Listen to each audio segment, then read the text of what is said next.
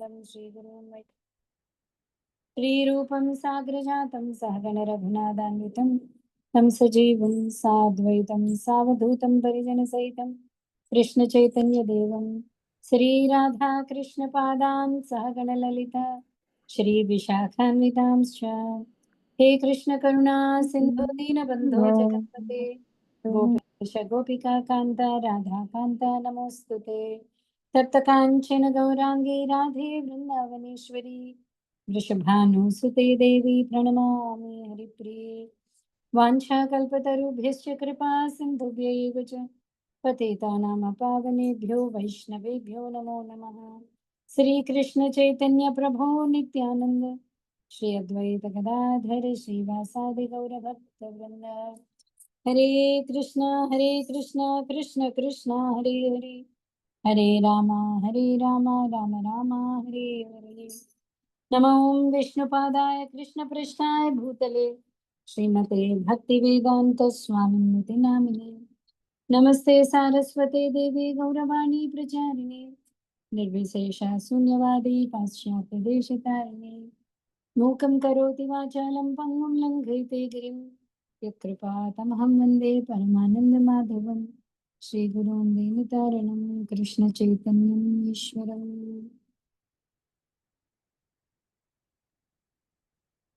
Hare Krishna attendance today is encouraging. Okay. Akka, today onwards, Rohini Garu is also joining the class. Oh, Hari Bol. Rohini Garu, welcome. Hare Krishna. Hare Krishna. And I think today Leela Mataji is there. Yeah, I know. Leela Mataji, Hare Krishna and welcome to you. Krishna, so we will need to shift to English. Yeah, last Saturday, sorry Mataji, my internet was little poor, so today I thought of listening, just checking out on that, yeah. That's why I couldn't join. Yeah, so I think we have done 5 shlokas from Mukunda Stotra, right? So all those 5 maybe we can together recite and then we'll go to the next verse. Okay. श्रीवल्लभेति वरदेति दयापरेति भक्तप्रियेति भवलुण्ठनतो विदेति नाथेति नागशयनेति जगन्निवासेति आलापनं प्रतिदिनं कुर्मां मुकुन्द जयतु देवो देवकी नन्दनोऽयम् जयतु कृष्णो वृष्णवं सत्प्रदीपः जयतु श्यामलकोमलाङ्गो जयतु पृथ्वी वारणाशो मुकुन्दः मुकुन्दमूर्ध्ना प्रणिपत्ययाचे भवन्तमेकान्तिमियन्तमर्थम् अविस्मृतिस्वच्चरणारविन्दे भवे मे भवत्प्रसादात् नाहं वन्दे तव चरणयोः कुम्भीपाकं गुरुमपि हरे नारकं नापनेतुम् रम्या रामा मृदुतनुलता नन्दने भावे हृदय भवने भावयेयं भवन्तम् नास्था धर्मेण वसुनिचये नैव भोगे यद्भाव्यं तद्भवतु भगवन् पूर्वकर्मानुरूपम् एतत्प्रार्थ्यं मम बहुमतं जन्मान्तरेऽपि त्वत्पादाम्भोरुहयुगगता निश्चला. Very wonderful prayers by Kulashekar Alvar.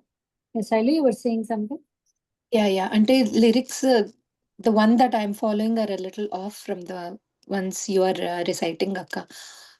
Share the link once. No, I don't have any link for this. Now, if you find something that is like an exact match, okay. Maybe the photo is pampinchu lekapothe. Yeah, At least the shlokas that we have covered, just that we will. Sure. It's in English, Telugu? It is in English. It's in both the languages. So, I actually last shloka when we were discussing, so much discussion was happening about the karma theory and how to accept the situation as the sanction of the Lord. Correct? So in that context, I said we will read one shloka from Srimad Bhagavatam, which will connect us to that. So it is, maybe at this I can share a picture and quickly share the picture.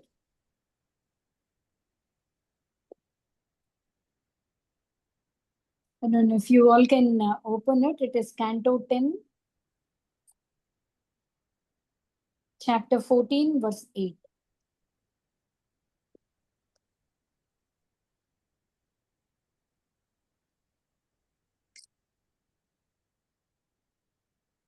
Veda base akka, Veda base chunna. Yes. If you have Bhagavad Gita, Bhagavatam books also, you can. Otherwise, I'm just sharing it. Okay.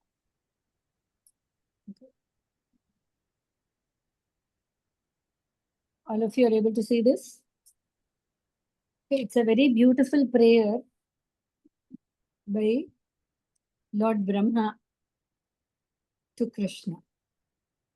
Tattainukampam susamikshmano bhunjana evatmakritam vipakam hridvagvapurбhirvidhadan namaste jivetayo muktipade sadayabha. Aryaka can't see the shloka, but are you sharing or do you want us to verify it? Canto 10 verse? I didn't share it. Okay, No, akka.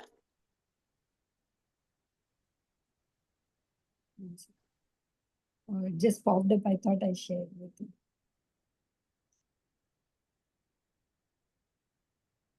Okay, is this clear now? Yeah. Yeah. Tattainukampam susamikshmano bhunjana evatmakritam vipakam hridvagvapurбhirvidhadan namaste jivetayo muktipade sadayabhak. Okay, so one of you can read the translation. Very beautiful shloka. All of us can actually contemplate on this verse to accept the situation we are facing every day. Yeah, Sailu, you can read the translation. Yeah. My dear Lord, one who earnestly waits for you to bestow your causeless mercy upon him, all the while patiently suffering the reactions of his past misdeeds, and offering you respectful obeisances with his heart, words, and body, is surely eligible for liberation, for it has become his rightful claim. Okay. So what do you understand?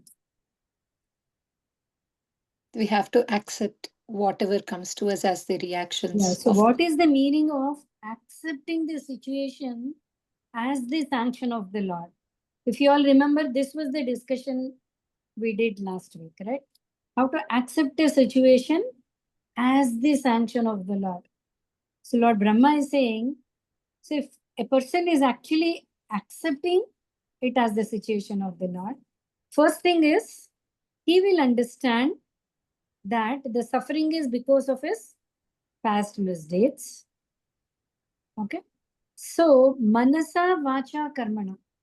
With mind, body, and speech, he will keep continuing his what do you call it? Duty. His offerings or his works. Okay. And patiently suffering the reactions of his past. So, if you take Bhagavad Gita, in the very beginning, when Arjuna said he does not want to fight, Krishna first gives him the knowledge of soul and the body. Correct?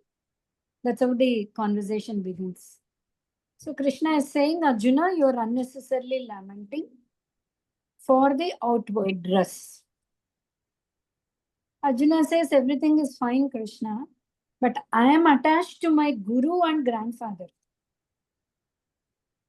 I'm not attached to the soul. So Okay, the soul is in the Guru's body, the soul is in my grandfather's body. So I'm attached to Drona and Bhishma. What you say is right. Arjuna is saying that, Krishna, what you say is right. I have to kill them not because he is my teacher, or not because he is my grandfather, but because they have taken the side of adharma. But I am attached to them as a teacher and as a grandfather.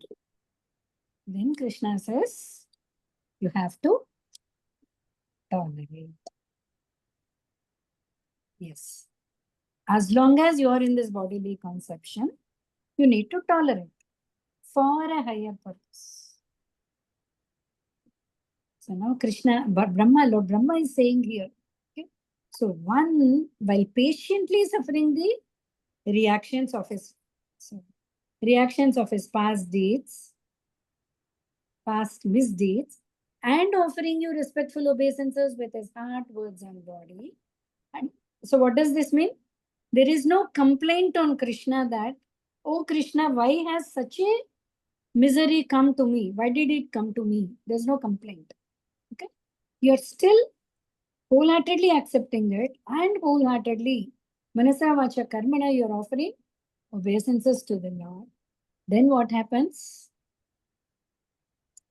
That person is eligible to go back home, back to Godhead. And Brahma says that becomes his rightful claim. What do you mean by rightful claim? The son has the rightful claim over the father's property. So he doesn't have to fight for that. He doesn't have to fight, right? The son automatically has I'm not talking about the present situation. The dharma is the son has a rightful claim on the father's. So such a child becomes very dear to Krishna, and going back to Krishna becomes his rightful claim. He doesn't have to fight or aim for that. That is where we discuss the example of Parikshit Maharaj. So what did Parikshit do? Yes, he invited the punishment. He invited the punishment, no lamentation. So in the previous verse, if you see, what is Kulishekar saying in verse 5? I have no attachment for religiosity or for accumulating wealth or for enjoying sense gratification. Let these come as they inevitably must, in accordance with my past deeds. But I do pray for this most cherished boon. What is the boon he is seeking? Birth after birth, let me render unflinching devotional service unto your two lotus feet. So I'm not asking you to relieve me from the punishment. I don't have a complaint. That's what Kulishekar is saying. I'm not even contemplating on why this came, why am I suffering. I totally accept that this is a sanction by you. And I seek complete shelter at your lotus feet. I'm just waiting for your mercy on me. What is the mercy he wants? Just see that I have steady faith and devotion towards. Okay. The prayer looks very simple, but so much of depth in the prayer. Okay. So we'll go to the any other point any one of you would like to discuss on this? Okay. Please, yeah. I think Leela Mataji has posted the link for this. A very wonderful shloka. Okay. So whenever, especially, yeah, actually, there's one, I don't remember that football player's name. A very famous person. The whole world was crazy after him. Soccer, I think. Okay. So now that person, he had a very, dangerous disease, and he knew that his time was nearing by. So all the fans were very, very disturbed. I don't know, maybe when I get the reference, I'll share the name with you. So one fan, he could not really bear this. So he went to that player, he hugged him, and sorry. He hugged him and he said, "Why you? Why this has come to you? How can the Lord give such a punishment to you? You're such an efficient player." Now, that player replied, "When I became the world famous player, I did not question the Lord. Lord, why me? Why I am the famous among this? I never questioned him. Now I don't have the right to question him. Why me?" Correct? So when success comes, we don't want to give the credit to Krishna. But at the same time, when pain comes, we start thinking, Krishna, why is it for me? I don't remember doing anything wrong, at least intentionally. Okay, why am I? So devotee has manasa vacha karmana, by mind, words and deeds. He does not have any complaint on the Lord. He, with patience, he just waits for the mercy of the Lord and he continues his work or aspiration or his. Okay. So we go with the next verse.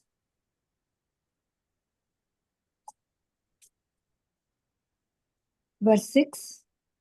You can repeat. All you have the verse with you? All of you?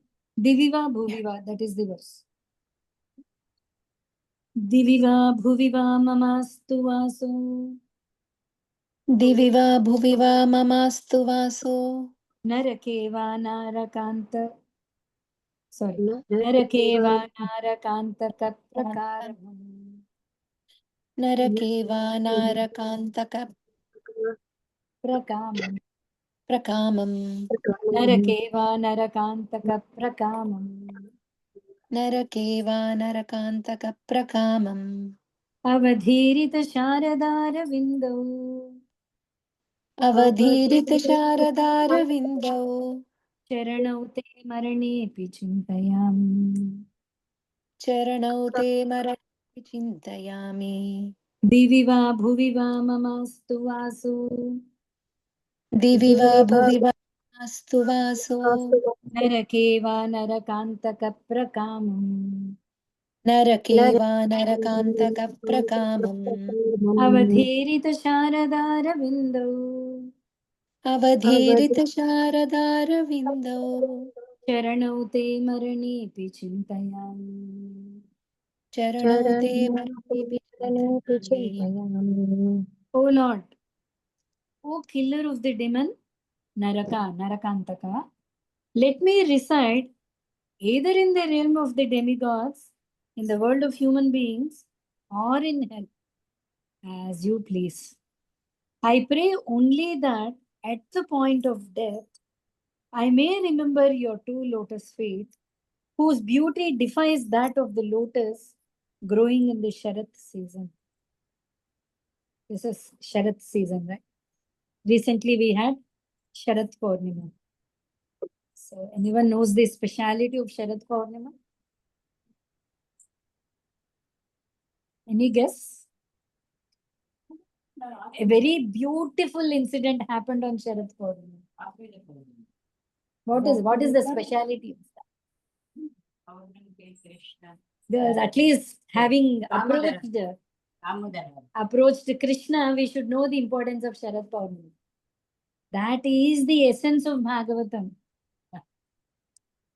Sorry, Mataji, what happened on Sharat Purnima? Leela Mataji wants to give something. Yeah. Rasalila. Rasalila happened on Sharat Purnima. Krishna playing the flute. See, the essence of the 12 cantos of Srimad Bhagavatam is Canto 10. Okay? That is the heart of Krishna. In that Canto 10, there are totally 90 chapters, of which 28, 29, 30, 31, 32. These 5 chapters are the essence of Canto 10. They are called Rasa Panchadhyaya. In that, the essence is Gopi Geet. So in this month of Kartik,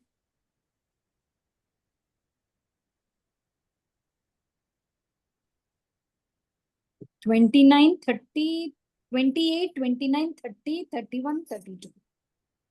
29 to 30. Okay. If you want to take it as a reference, I would like to give you the exact verses.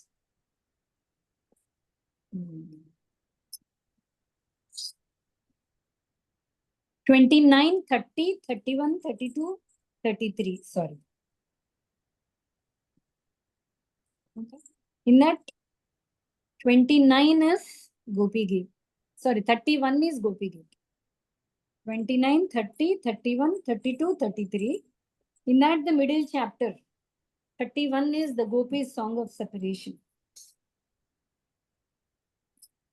So in this particular chapter, you find the highest mood of a devotee and the highest relation between the devotee and the Lord.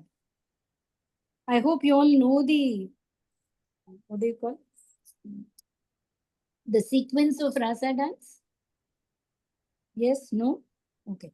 Yeah. On Sharad Inaka. Purnima day, Krishna plays the flute, inviting the gopis. So all the fortunate gopis who had given their heart to Krishna could listen to that flute. And the moment they heard the flute song, they were not able to focus anymore on their works. Okay. So very quickly, just for namesake, they completed the works and they all rushed to meet Krishna. Okay. So when they all went to meet Krishna, so I'm taking few minutes to explain this because this happened in this particular Kartik month. Okay. So now Krishna is surprised. Krishna is saying, my God, you're all respectable women in the society. And you have come to meet me in the night. The society may not appreciate you all, please go back. Then they all said, see, they all know the heart of Krishna. Okay? So finally, we'll not get into the details because to understand the Gopi Bhav, we need more sadhana. Okay. Since you are all already attending the classes for so many weeks, I'm taking the liberty to speak about this. Okay, so whatever it is, there's a big discussion going on between the gopis and Krishna, and finally the Rasa dance begins. So in that Rasa dance, what is the speciality of Rasa dance? With every gopi, Krishna is there. So every gopi feels that Krishna is dancing only with her. And when this feeling came, the gopis started getting little pride. Oh, so many people, Krishna has chosen me. And the little pride they got, Krishna disappeared immediately. Because for Krishna, you need something perfect love. So now the gopis started, they could not bear that.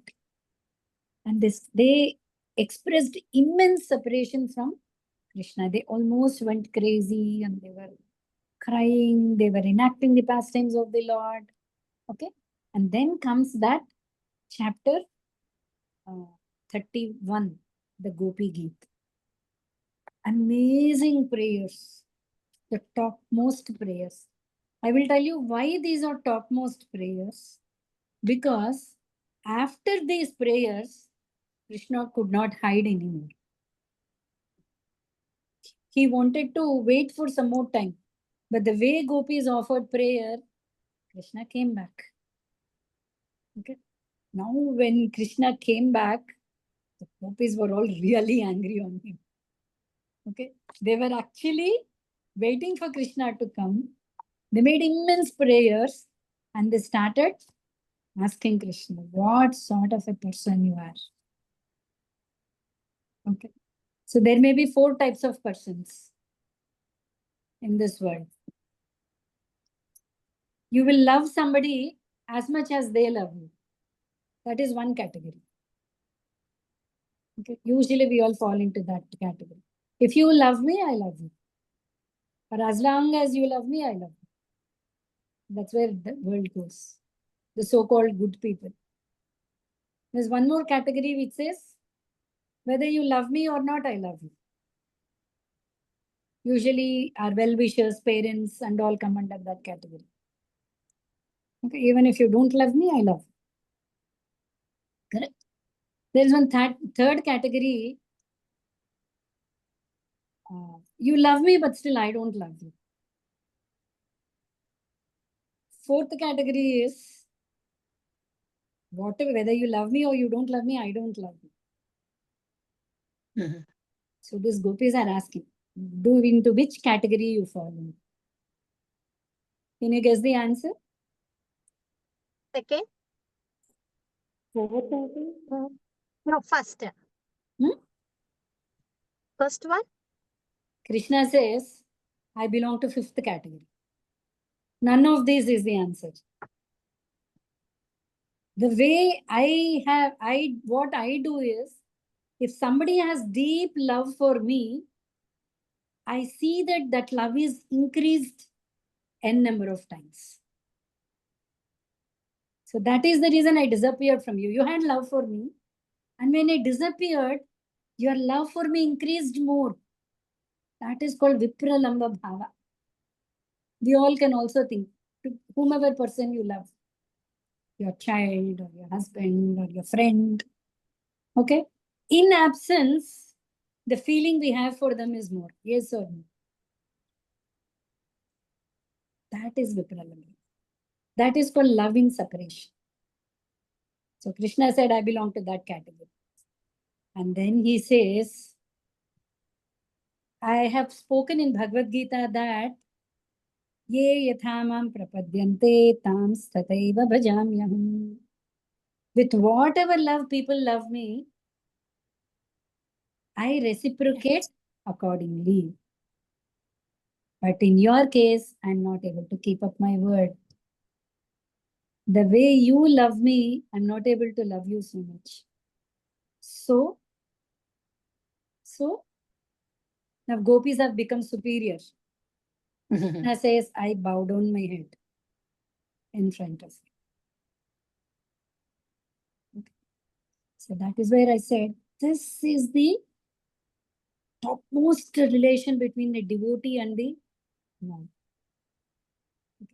So this Sharad Purnima is very, very famous. One should definitely read Gopi Geet.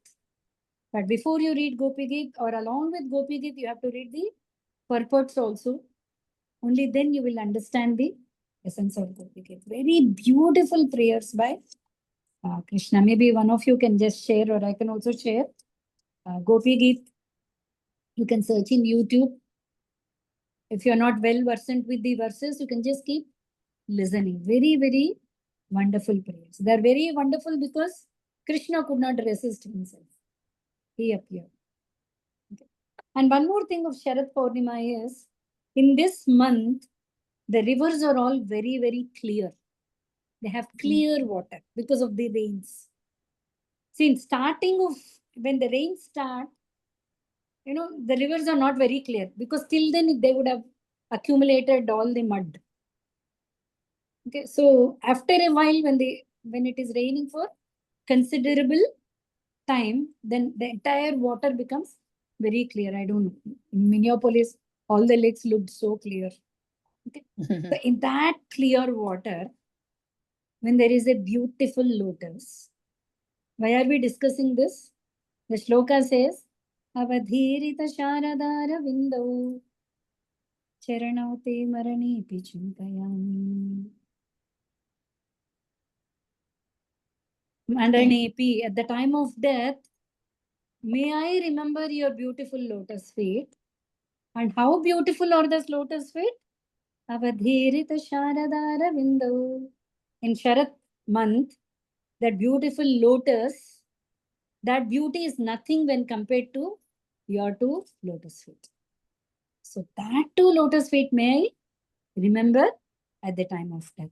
Now before that he says, Diviva Bhuviva Mamastu Vasu Narakeva Narakantaka Prakamam.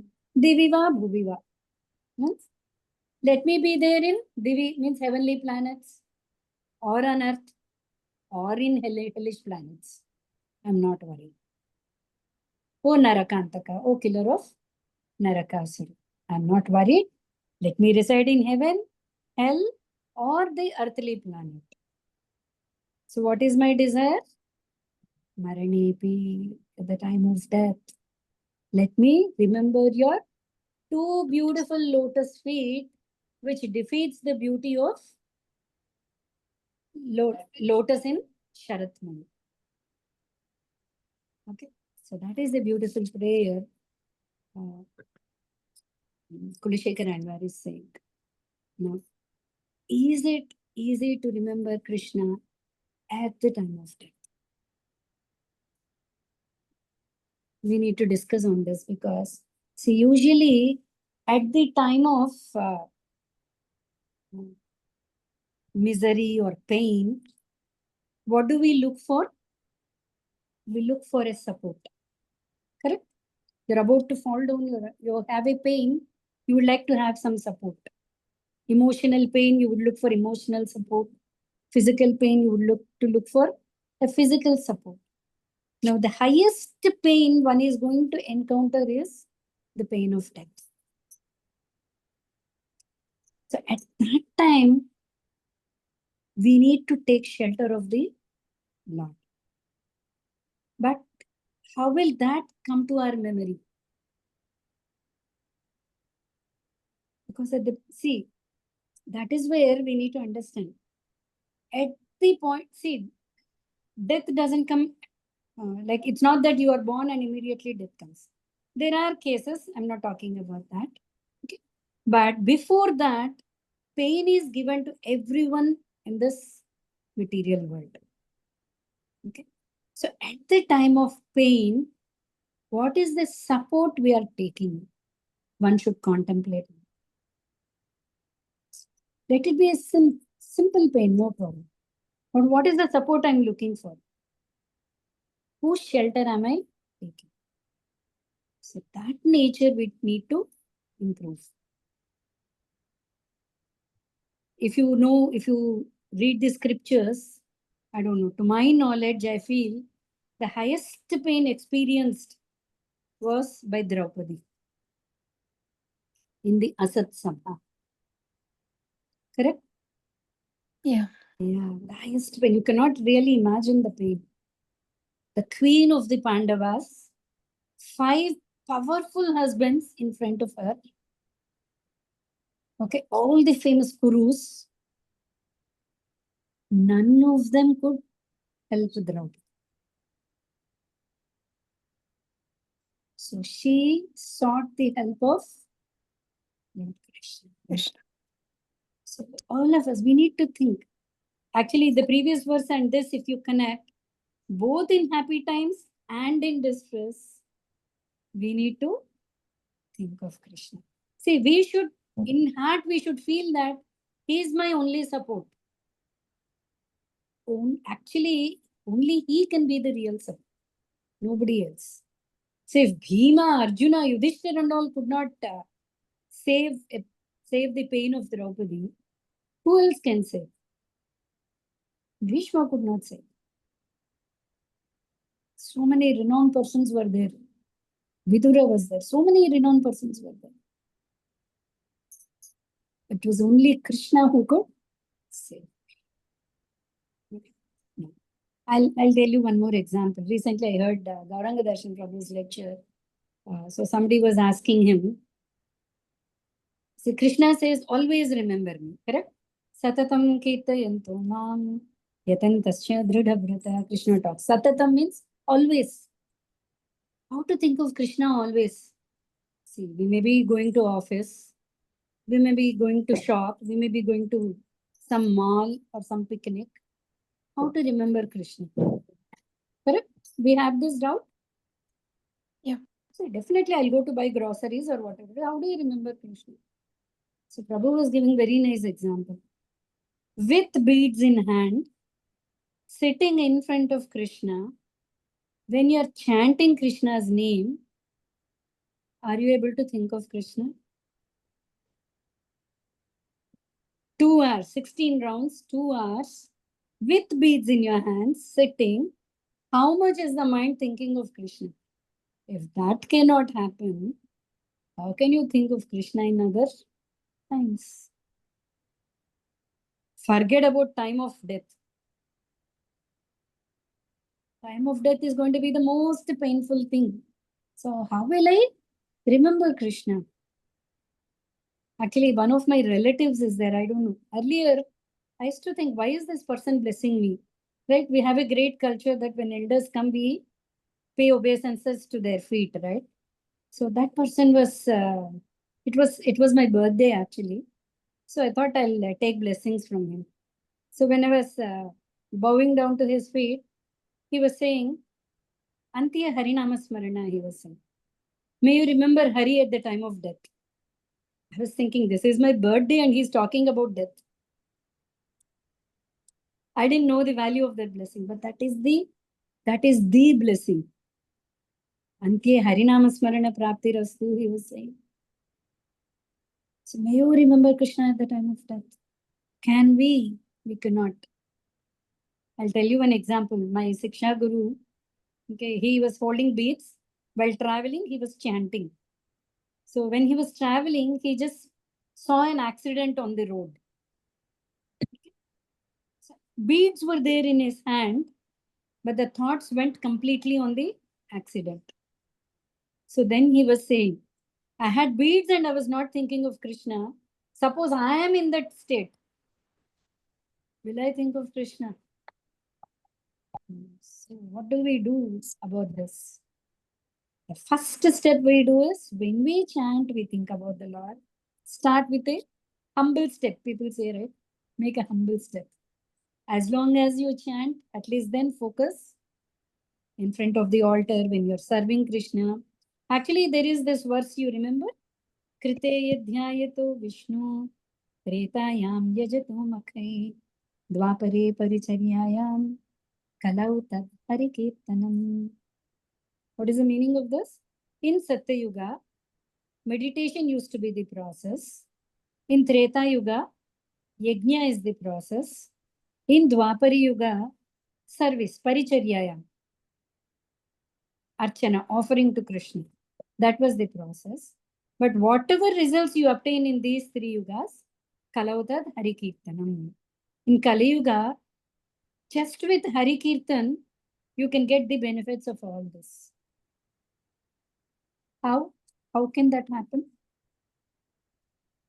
It's been relaxed. That is because, okay, the first thing is, because we cannot do the other 3 processes, now you cannot think, oh, I'm exempted from doing all that. No, the essence of the shloka is, before you chant, you do the Satyuga process. What is the Satyuga process? Meditation. Meditation. You meditate on the Nama of the Lord. You recite the Siksashtaka. I just hope you all know Siksashtaka. So there you will know the potency of Krishna's name and how the name is not different from Krishna. So before chanting, you do the Satyuga, the meditation part. Okay. Then comes Treta Yuga Yajnam. So how should you chant? When you are offering ghee in the sacrifice, Yajna means what? Offering mantra and ghee in the Homakundam, correct? So when you are chanting, what is the Homakunda? Yes. Yes. This is the offering. So this should go here. When you are chanting the name of the Lord, it should go into the ear. So focus only on hearing the mantra, nothing else. So that is Yajna of Treta Yuga. Okay, now why do you chant? Okay, maybe starting we chant because we want something from Krishna. Krishna, give me protection or give me peace or protect my children, relieve my pain. That is the basic things. But why should we chant? We chant as a service to Krishna. as an offering to Krishna. Krishna, you have been giving me everything. What am I giving you? Let me chant your name as an offering. That is Paricharyayam in Dwapara. Then what will happen? All these three effects, just by chanting Harinam in Kali Yuga, you will get. You don't have to go to the forest and meditate for thousands of years. You don't have to get pure brahmanas, pure ghee and do the mantra or yajna. Okay? Don't have to do elaborate, what do you call? Service, paricharyayam, like people were doing in Dwapara Yuga. All you need to do is chant. Chant, chant, chant. Kirtana Deva Krishnasya Mukta Sangha Param Vrajet. Just by chanting Krishna. That is the one good quality Kali has got. Kalir Dosha Nidhayarajan. Kali is full of faults. Asti Hyeko Mahan Guna. There is one Maha Guna in Kali Yuga. What is that? Kirtana Deva Krishnasya. When you do Krishna Kirtan, Mukta Sangha Param Vrajet, you will get liberated. That's how Krishna's name. So now when should we chant this name? As much as you can. As much as you can. Whenever possible. When you consistently do or chant in this particular way, it becomes a habit for us. So whether you are in a mall, you are doing in service, or you are engaged in wherever works you have, there is always an internal meditation that is happening. That comes by practice. And what is the meditation we actually do? Krishna, you are my only support. Actually, he is the only support. We are not accepting that. Okay? He is the support for anyone. So, Krishna, you are my only support. So, when you consistently meditate on this, then it becomes easy for us to think of the Lord's lotus feet at the time of death. What happens when you think at the time of death, Krishna's lotus feet? You obtain his spirit. Yam yam vapi smaran bhavam tyajatyante kalevaram.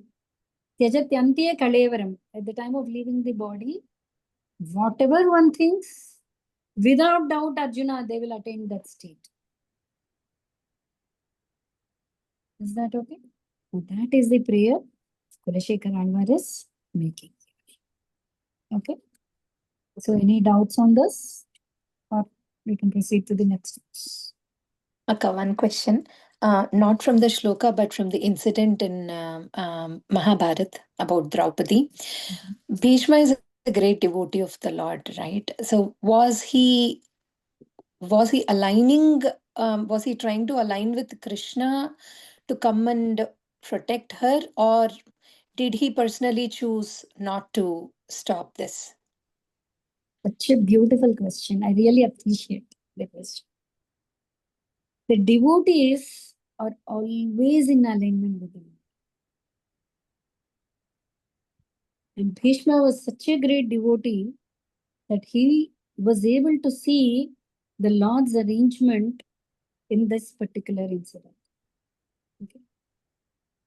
He did not choose to support Yudhishthir. Sorry, he did not choose to support Duryodhan. Okay.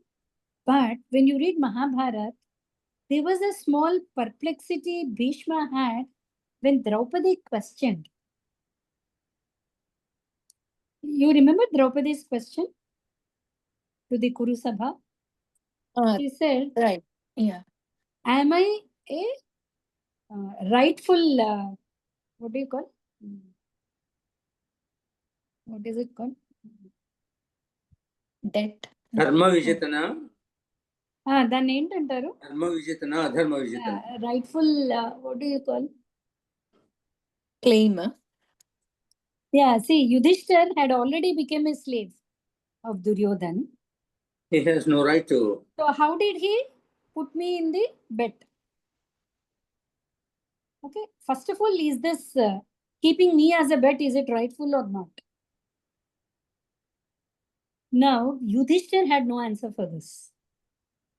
When Yudhishthir had no answer for this, Bhishma also had no answer for that. So Bhishma says, if your husband is silent, I do not know what to talk.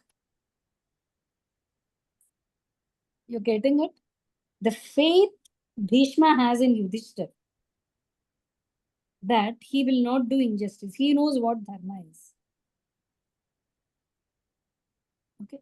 So when this was happening, as you said, Bhishma was continuously in alignment with the Lord. Even while taking the side of Duryodhana, Bhishma was in alignment with Krishna, because he could understand that there is a master plan of Krishna in executing these events or the Kurukshetra war. Okay. So though he was on the side of Duryodhana, that is why when Bhishma was shooting arrows continuously, how was Krishna receiving them? Actually, outward, if you see, Bhishma's arrows piercing, it has to pierce Arjuna, but Krishna is coming in between. It's piercing Krishna and he's bleeding actually. But Krishna is feeling that, oh, Bhishma is throwing a rose on me, a flower on me, a soft flower on me. I have to accept this. That is the mood of Bhishma also. He does not want to injure Krishna because he's a devotee of Krishna. He only wants to give pleasure. So in between Krishna and Bhishma, it was Virya Ras that was going on. Out of the different rasas. So Krishna was thrilled to, to see Bhishma that way. To see Bhishma's offering. Is that okay? The devotees are always in alignment with the Lord.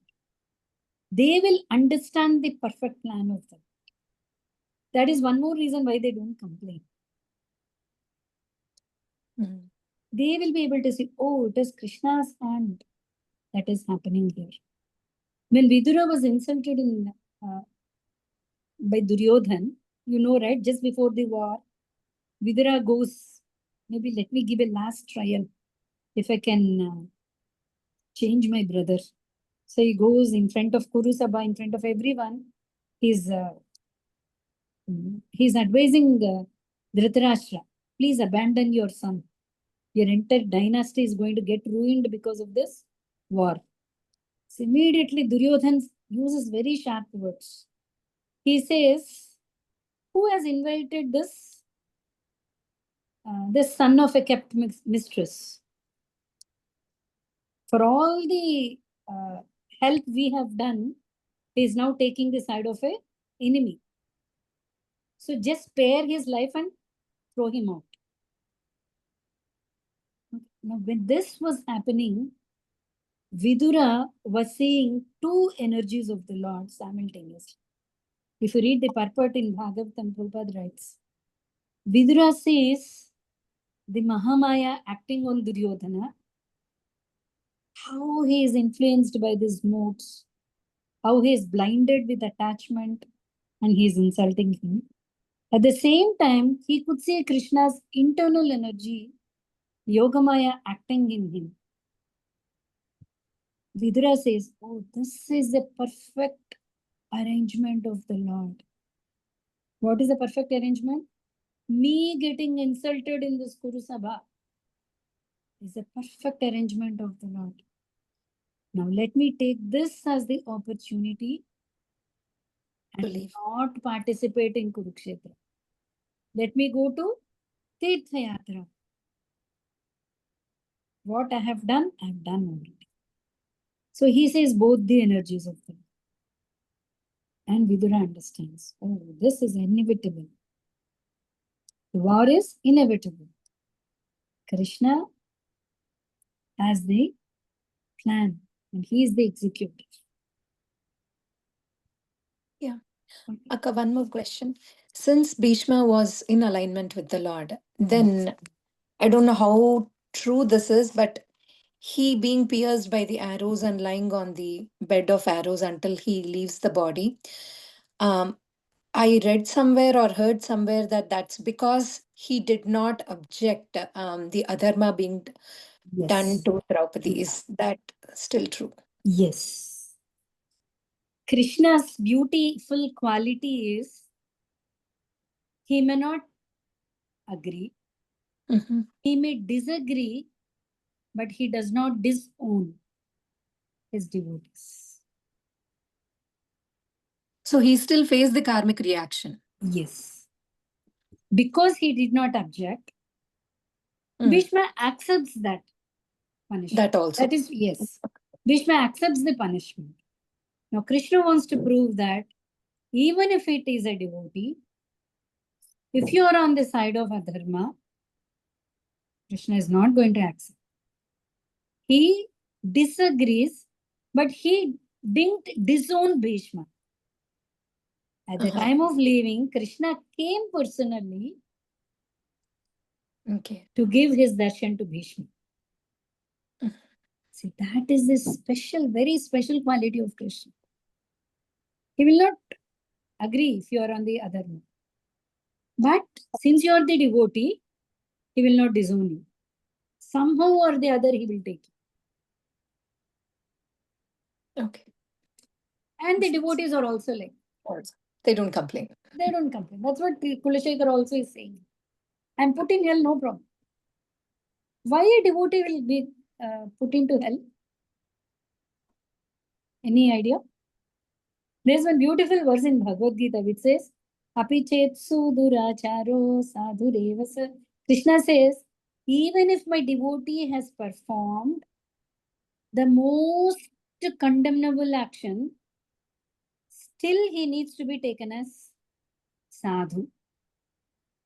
So the question is, why will the devotee perform the most condemnable action? He's a devotee of the Lord, right? Will he do any sin, first of all? Why is Kulashekar saying, even if I'm in hell? But who goes to hell? Only the sinful people go to hell. Correct? Do you understand my question? Only then you'll be able to relish the answer. Why will the devotee commit a mistake at all? Again, arrangement of the Lord. Because of a Lord wants to send. Because of the Purva Vasanas. They're still in the moods. If you're still in the moods, till you come to that perfection, things go on as per the moods. That's why Prabhupada used to condemn. In India, people will say that, see, how did this wrong come into my account? How the modes acted? I acted that way. I played no role in that. Modes are controlled by the Lord. Without order of Shiva, even ant cannot bite. So if I have done something sin, then the Lord has sanctioned. Yes or no?